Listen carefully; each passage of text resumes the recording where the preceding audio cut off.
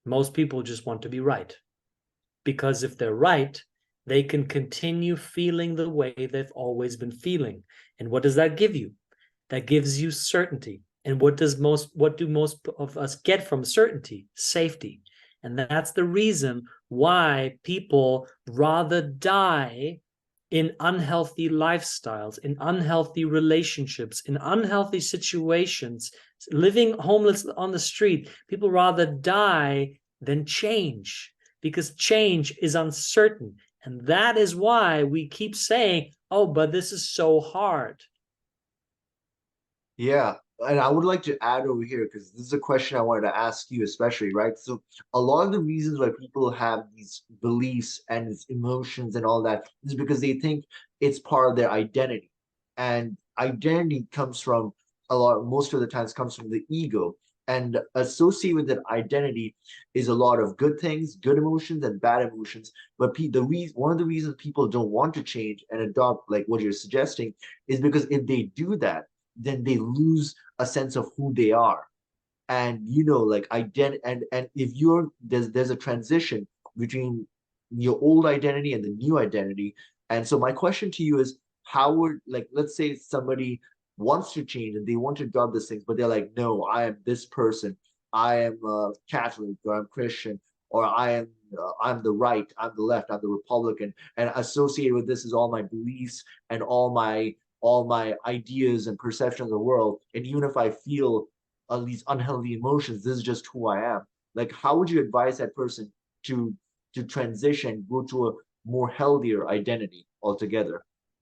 So that's a great conversation. Really enjoying it. And also, you asked some great questions, Cosmos. Now, every change comes with a process of loss, a process of letting go. And that brings up grief. And that's something that we want to avoid by our design as much as possible. So when I say to somebody, okay, your ego, which is really who you think you are, who you tell yourself you are, it's your ego. I am a Manchester United fan. I am a Republican. I am an American. I am an Italian, right? That's not who you are. Those are some labels. There's no such thing as America. It's a made up thing. America is an idea. It's not a fact. And people might be somebody, what do you mean? How dare you say that? It's like, think about this. You're living on a piece of rock, on a piece of land that you call America. But if you show me one piece of rock in nature that you can pick up and say, oh, look under this tree, here it is, America, I rest my case. I will not say anything, right? But you will not find that. Just like if you cut me open, if you open up my head and my brain, there will be no stamp that says Mario Lanzarotti. Doesn't exist. Like, Mario Lanzarotti is an idea. That's not wrong. That's not a bad thing. That's just how it is. Now, here's the thing. I'm not telling you that you cannot no longer be a Republican, be American, be Italian, be this, be that. No. But what I am saying is that the more you rise in consciousness, the more you will be able to enjoy that. See, if you're attached to an identity, you create feelings of anger, resentment, bitterness, frustration. Because if I say something that goes against America in your perception, you're going to be triggered. You're going to be like, how dare you say that to me? You fucking asshole. Who carries that poison? You do. I don't. I'm going to go on with my life. I'm going to go tell somebody, oh, Germany is terrible, right? And then somebody in Germany will go, how dare you say that? Oh, no, we need to start something. You carry that poison. That poison affects you. It eats away at you. It destroys your relationships, your ability to create wealth, freedom, peace. It takes away from all of that. But if you can be detached, if you can say, hey, look, I'm playing a role, I'm playing an avatar, and he's called Mario. I know that. That's not who I really am. It's just the game that I play. See, if you're playing a game, if you know it's a game, even if you lose at the game, you can still have fun. You say, oh man, that was so much fun. Oh, we had such a good time. I lost, but you know what? I had fun. Next time, I'll be better. So with detachment comes greater enjoyment. And guess what? With greater enjoyment comes greater ability to actually win, because you're not so attached. If somebody says to you, oh, you're such a stupid American, and you're not attached to American, you can laugh at this. Okay, well, that's your story.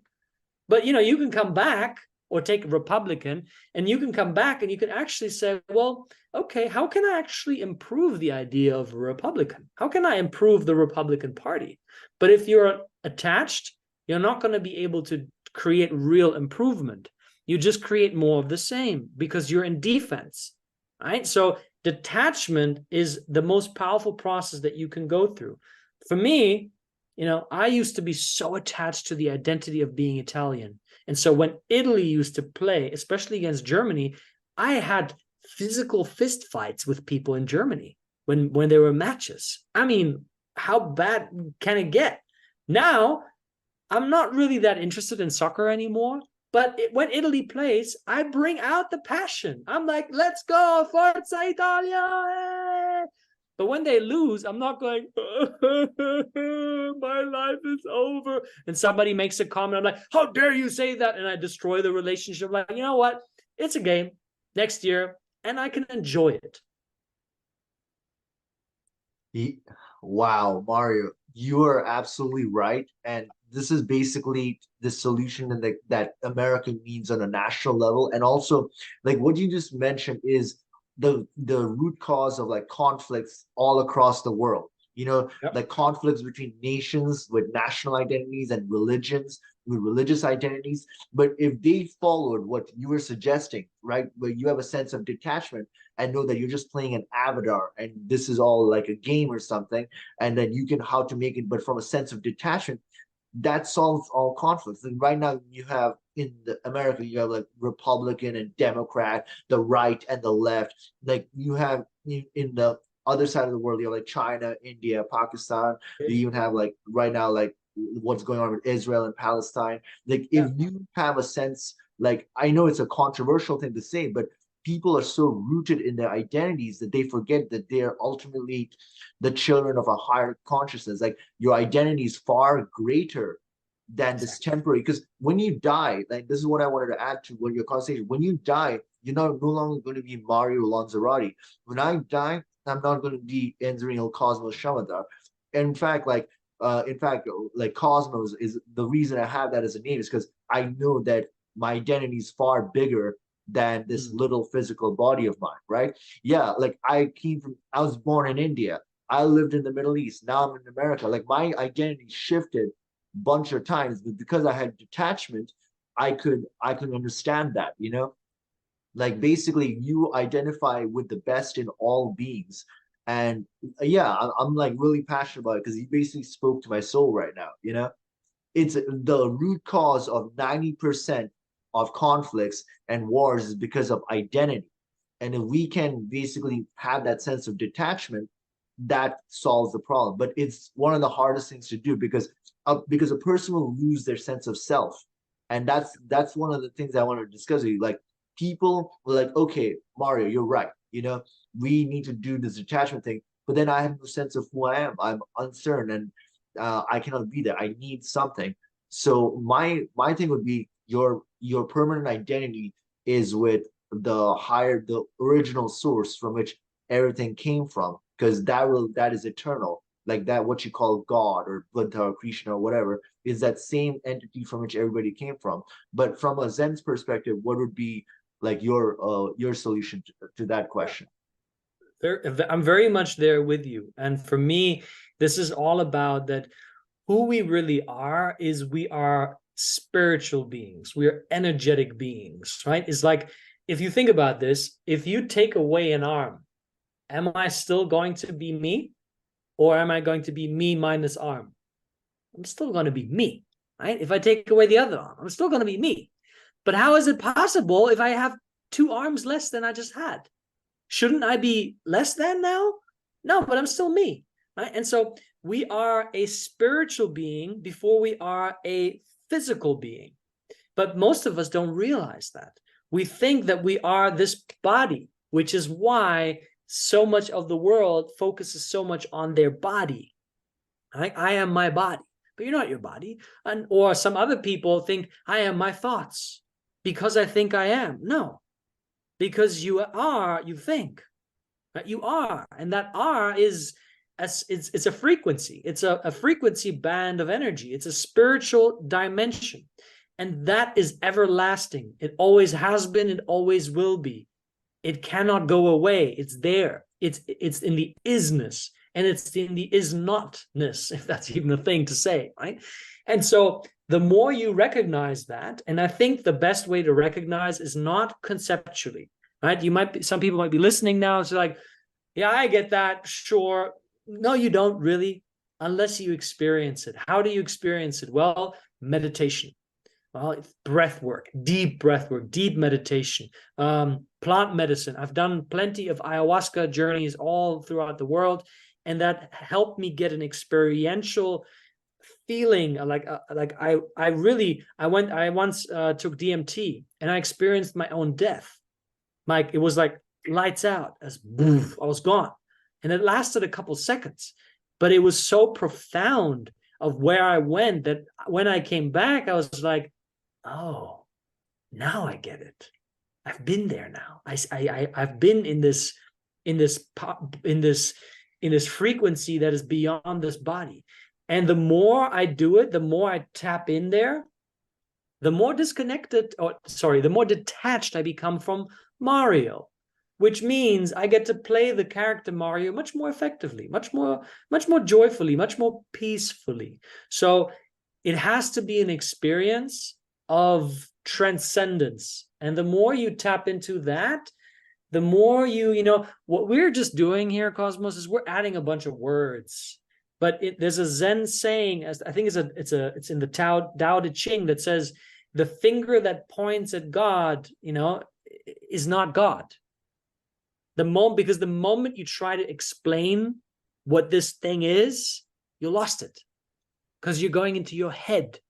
And it's like, okay, I got, like, the amount of times I was in a deep meditation for like an hour and a half, and all of a sudden I was there and my body was relaxing. And then I felt this sense of like, boom, this expansion. I got goosebumps all over. I was like, whoa, this bliss. And then my mind kept like, yes, this is it. Boop, it's gone. I was like, shit. Because I tried to latch onto it. I tried to analyze it. I tried to conceptualize it. So it's being, it's in the letting go of thinking this is the way that it has to be, and opening yourself up to the mystery. And in the mystery, you don't need to explain it, because you really can't. You're just telling yourself you can. But if you can sit at the foot of a river and staring at the mountain without explaining to yourself why this is beautiful and magical, and just be with the fact that it's beautiful and magical, you're blissing out. And that just expands you so much. No, I mean, Mario, we could have this conversation for hours, man. This is it, like, but like the hours coming up, so I had to ask you a question about, on a different note. I had to ask you about, you have a business accelerator program called a Six-Figure Zen, and you also founded the Zenpreneurs movement. Can you tell me and the audience a little bit more about both of this and what it does? Yeah, so the Zenpreneurs movement is really all about, it encapsulates three things. It's my one-on-one coaching, where I work with multi 6 to 7 figure business owners, and help them scale their businesses through a piece of state, joy, and balance. Not once they get to the goal, but from day one. And that just makes you so effective in the way that you think and the way you act. You stop wasting all that energy, and you enrich your relationships with a sense of meaning, a sense of joy, a sense of deep connection.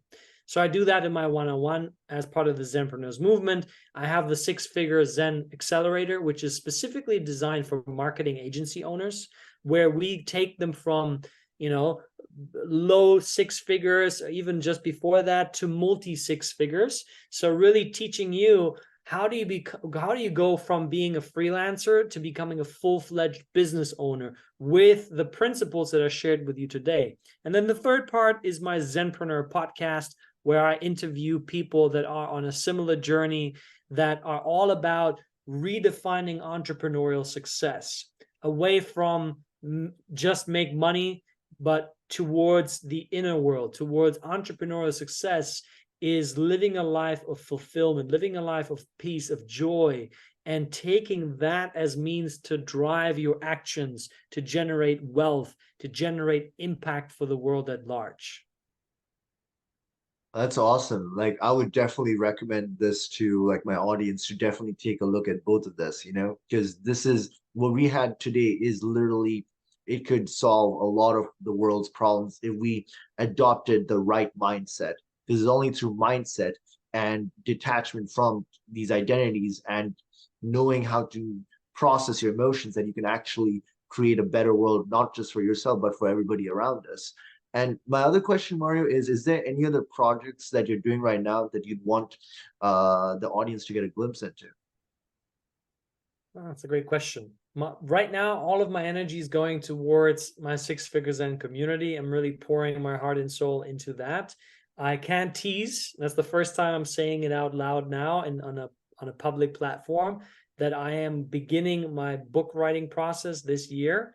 And I'm looking to launch to publish the book early next year. So that will definitely be something that I would keep an eye out, because everything that I shared today will come into that in a very practical, simple form to really give you a manual for personal enlightenment and thriving business success. That is awesome, Mario. We'll definitely look forward to that when the book comes out. And so how can our audience connect with you and get to know more about you and your work and what you're doing? Yeah. So for me, most importantly, I love to hear from people in terms of what part of the conversation resonated with you the most and what part didn't. What didn't you agree with? I'm not here to convince anybody or to brainwash people.